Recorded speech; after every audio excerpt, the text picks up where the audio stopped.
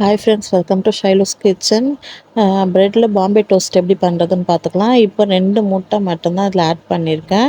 இது ஒரு sweet recipe. இந்த 2 முட்டை இதோட பால், பச்சை பாலாக இருந்தாலும் ஓகே, காசின பாலாக இருந்தாலும் ஓகே. இப்போ அந்த பால் இப்போ 2 முட்டை சேர்த்துருக்கீங்கன்னா ஒரு 1/4 டம்ளர் பால் சேர்த்துக்கோங்க. இதில் ஒரு 4 ஸ்பூன் சர்க்கரை சேர்த்துக்கோங்க. அப்போ தான் அந்த டேஸ்ட் நல்லாயிருக்கும். சர்க்கரை கம்மியாக போட்டிங்கன்னா அந்த டேஸ்ட் நல்லா இருக்காது. பால் அதிகமாக ஊற்றிட்டிங்கனாலும் ப்ரெட் அதில் ஊறிடும். அதனால் மீடியமாக சேர்த்துக்கோங்க பாலை. இப்போ நல்லா பீட் பண்ணிக்கோங்க. முட்டையும் பாலும் நல்லா ஒன்று சேர்கிற அளவுக்கு நல்லா கைவிடாமல் நல்லா பீட் பண்ணிக்கோங்க. அதோ இந்த அளவுக்கு மிக்ஸ் ஆயிடுச்சு. இன்னும் ரொம்ப மிக்ஸ் பண்ண தேவையில்லை, ஓரளவுக்கு 2 மிக்ஸ் ஆனால் போதும். இப்போது ஒரு பேனில் திருப்பி கீ சேர்த்துக்கோங்க. நல்லா ஸ்ப்ரெட் பண்ணி விட்டுருங்க.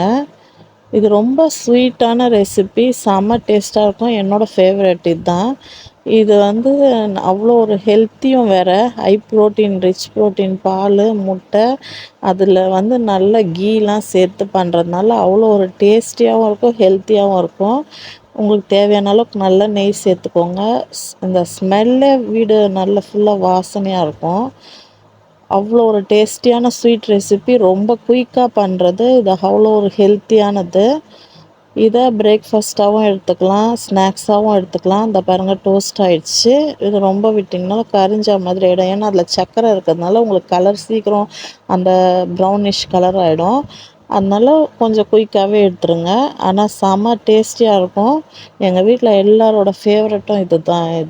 எங்கள் வீட்டு குட்டீஸ்க்கெல்லாம் அப்பப்போ நினச்சப்போ இதுதான் ப்ரெட் டோஸ்ட் பண்ணிடுங்க அப்படின்னு சொல்லிட்டு. பாம்பே டோஸ்ட்னால் அவ்வளோ ரொம்ப விருப்பம்.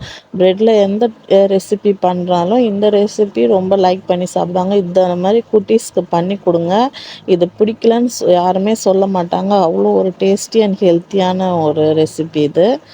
எவ்வளோ குயிக்காக முடிஞ்சிச்சு பாருங்கள். இது டக்குன்னு பிரேக்ஃபாஸ்ட்டுக்கு எதுனா பண்ணி வச்சிட்டிங்கன்னா பிளேட்டு சீக்கிரமே காலியாயிடும். எவ்வளோ செய்திங்கனாலும் சீக்கிரம் காலியாயிடும். அவ்வளோ ஒரு டேஸ்டி அண்ட் ஹெல்த்தி. நீங்களும் வீட்டில் ட்ரை பண்ணி பாருங்கள். ஷைலூஸ் கிச்சனுக்கு சப்ஸ்கிரைப் பண்ணாதவங்க சப்ஸ்கிரைப் பண்ணிக்கோங்க. லைக் அண்ட் ஷேர் பண்ணிக்கோங்க. பண்ண அத்தனை பேருக்கும் ரொம்ப தேங்க்ஸுங்க. இதெல்லாம் உங்களுக்கு ரொம்ப பிடிச்சிருக்குன்னு நினைக்கிறேன். நெக்ஸ்ட் வீடியோவில் பார்க்கலாம். பாய்.